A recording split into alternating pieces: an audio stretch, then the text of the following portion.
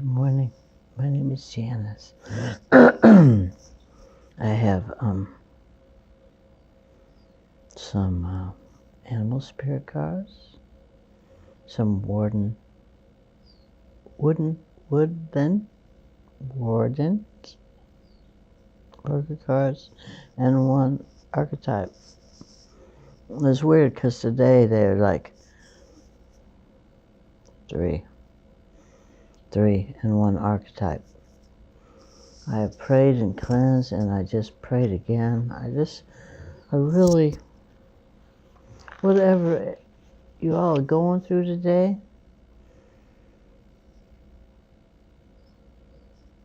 I just pray you look above, within, without, the light within.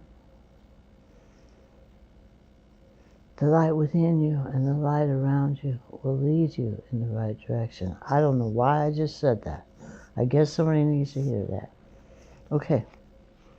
The first animal spirit, the rabbit. The rabbit.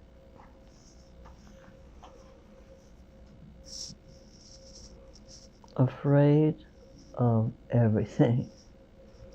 Overwhelmed. Frozen. The rabbit loves to remind his friends that someday the eagle will swoop down and eat him. He talks and talks and talks about it, so loudly, in fact, that one day the eagle hears and thanks him for the great idea. Rabbit energy is alive when we are scared, most often about the future, and we become our worst enemy. We spin up a dust cloud of fear and then complain to others that we are lost. Notice your thoughts and words, O rabbit. They shape your destiny. When in balance, sensitive problem solver, good listener. When out of balance, over-explains, talks fast. To bring into balance a day of silence. You know, this card, when I'm reminding of when in summer of 2023, I was planning on moving. I knew I wanted to live alone again. I lived alone a long time before COVID happened, and I kind of freaked out a bit, but all is well. So, I dealt with a lot of fear. I remember saying at one point in my life, probably at an AA meeting, most likely, that it dawned on me, I was afraid of everything.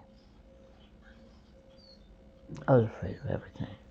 But anyway, my sister was quite against me moving out and getting my own place, and she was giving me all this negative talk about where I live now.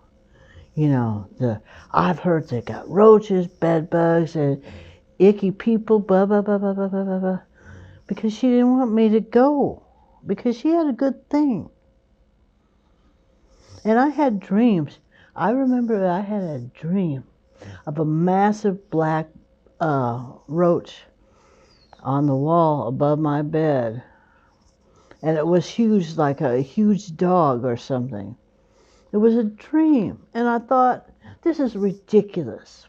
This is just ridiculous.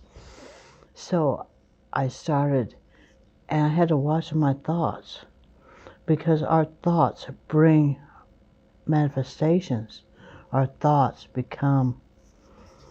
have to watch the thoughts. And I have learned, even if I do feel fear about something, I'm going to speak positively about it. I'm not going to feed the fear, even though I might feel it. Anyway, sometimes we got to look at the source. We really need to look at the source. It's kind of like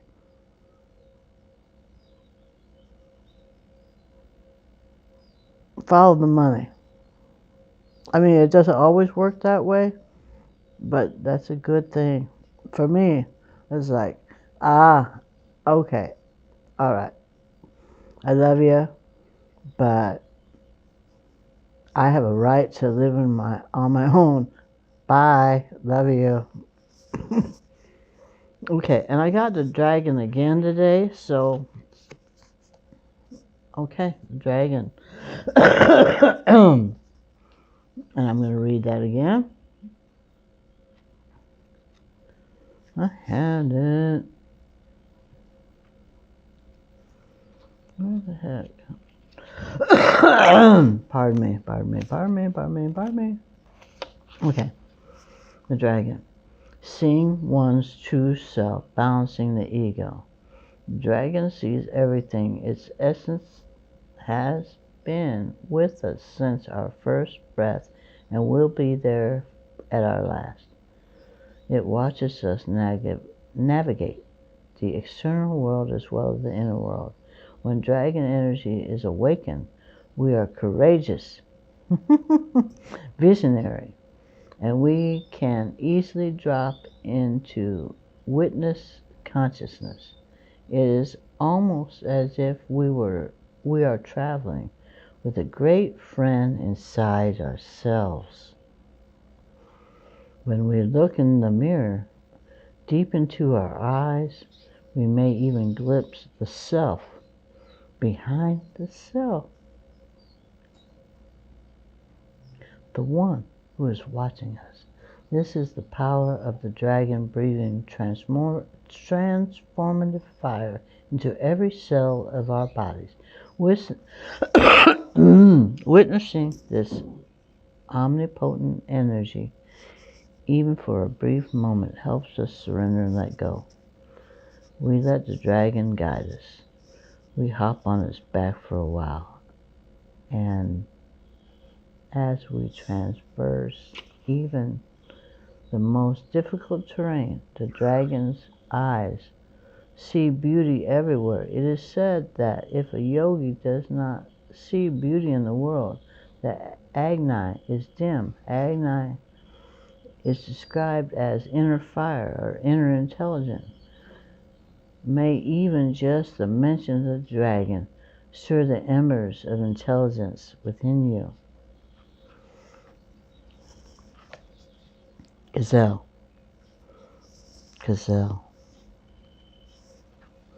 The name gazelle sounds graceful, doesn't it? Okay. There it is. Gazelle. Heightened awareness, ability, vulnerable. The gazelle represents supreme grace. With every move, this awe-inspiring beauty emits sophistication and elegance.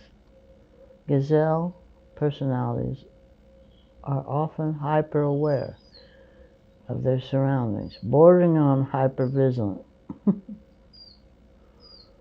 And this can inhibit them from enjoying the beauty they've spent so much effort cultivating. No more worrying about those predators out there in the wild.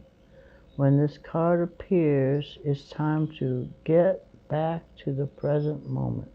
Sit down, find your breath, and acknowledge the bounty that surrounds you. Let it nourish your gentle spirit. When in balance, graceful, perceptive, artistic.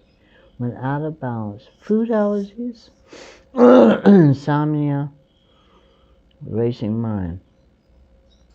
To bring into balance, yin yoga, a cozy home, good food. Gazelle.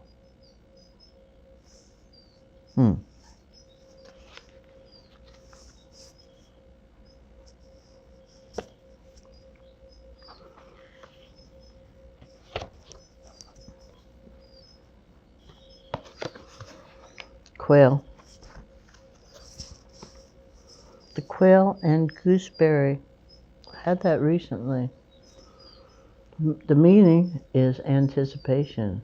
Fresh gooseberries are a tempting treat, but pick them without care and you might hurt yourself. Gooseberry bushes are loaded with thorns meant to protect the delicate fruit within. Similarly, the quail anticipates danger by hiding among low-growing vegetables. From its obscured perch, it keeps careful watch, monitoring for predators. The event or outcome you've anticipated is about to occur. Take advantage of your foreknowledge and prepare for what's to come.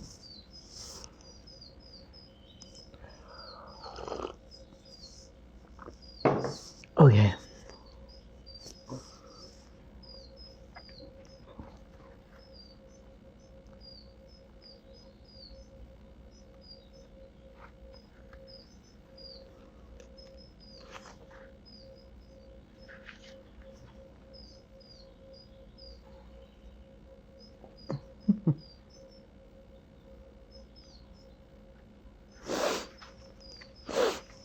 The snake and the fern. The snake and the fern.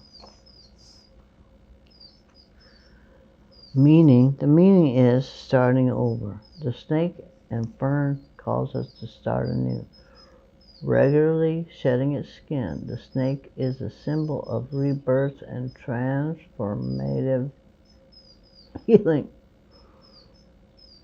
And in many cultures, the fern is associated with new life and new beginnings.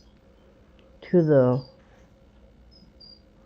Flora of New Zealand, oh come on, get it straight, girl. From New Zealand, an image of the unfurling silver fern frond, or kuru, is a central motif indicating growth and a return to one's origins. Together, the snake and the fern inspire confidence that we start over and embark on a new path. A rebirth is imminent. Summon the magical protection of the fern and wiggle free from old trappings. Wiggle free from old trappings.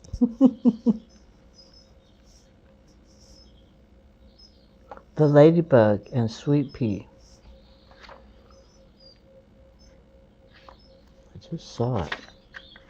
Yeah. The ladybug and sweet pea. The meaning is happiness. Symbols of good luck and fortune.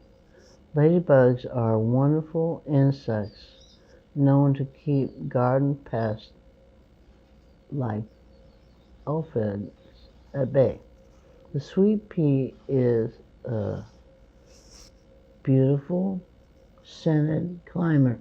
Pardon me.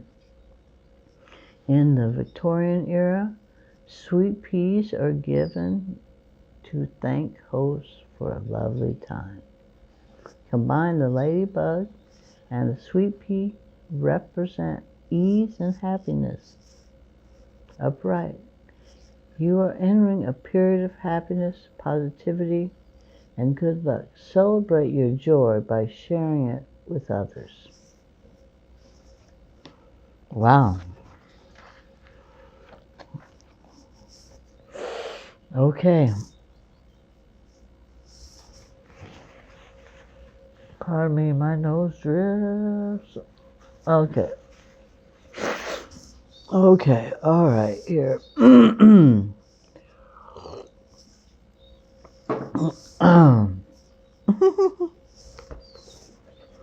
right. The archetype, the nectar. The nectar.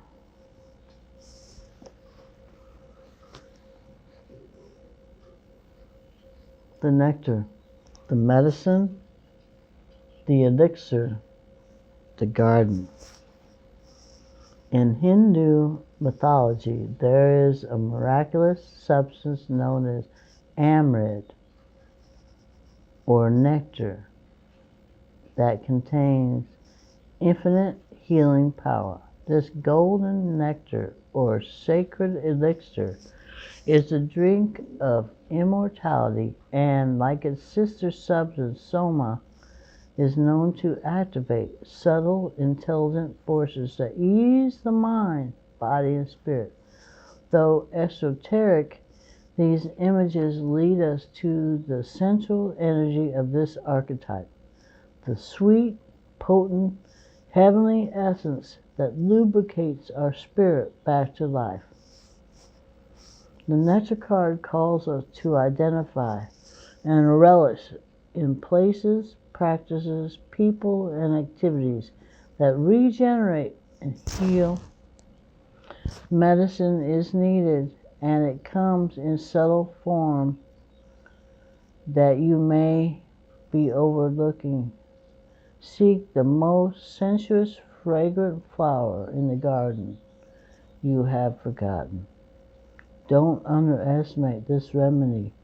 It is said when someone has activated this substance within, it is reflected in their shimmering eyes.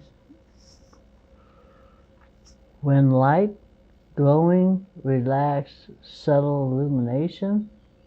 When dark, fixation on fixing, aggressive approach to healing. Go deeper, the wind, one brilliant day, by Antonio Macedon. Anyway, you can look at the book itself if you look it up on Google search or whatever if you want to know more about this particular card. I'm going to read the side here. Sense the nectar within you, dripping from the crown of the head, soothing the brain. Let it drip down the spine like sweet honey. The nectar, the mystic, and Athelia cards are linked.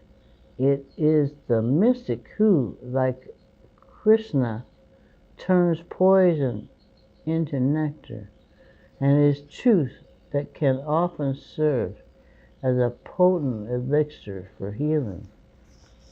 Wow. The nectar.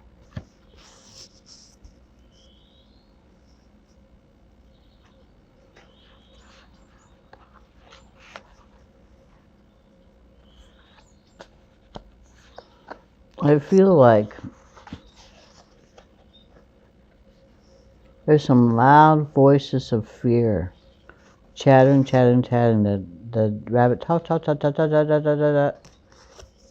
There's something. I would silence those voices. You know, you hear because before it's been spoken. The dragon causes you to hear before it's spoken. You see before it's manifest. You know. And you can gracefully be self-aware, be vigilant, and at peace all at once. I'm a recovering hypervigilant PTSD survivor person here. It can be done. It can be done.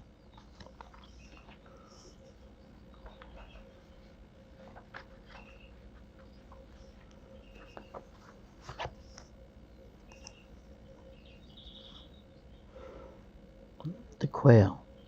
Even though there's danger,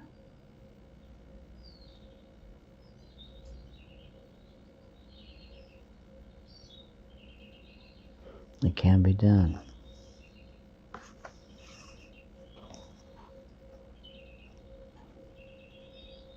starting over is possible. In my adult life, I've started over many, many times. I've had to flee situations, so on and so forth. I'm so glad I don't have to do that today. But it is possible. And a lot of it's just material items that can be replaced. I don't know what anybody is going through right now, but,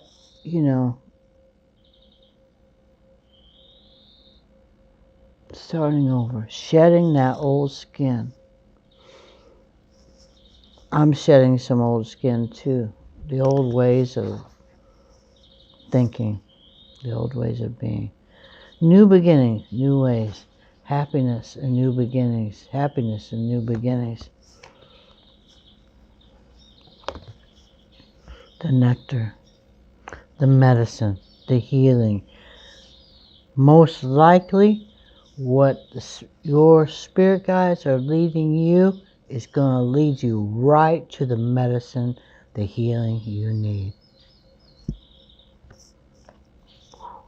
Pray for you all. I love you. Have a marvelous, fabulous day. Be at peace.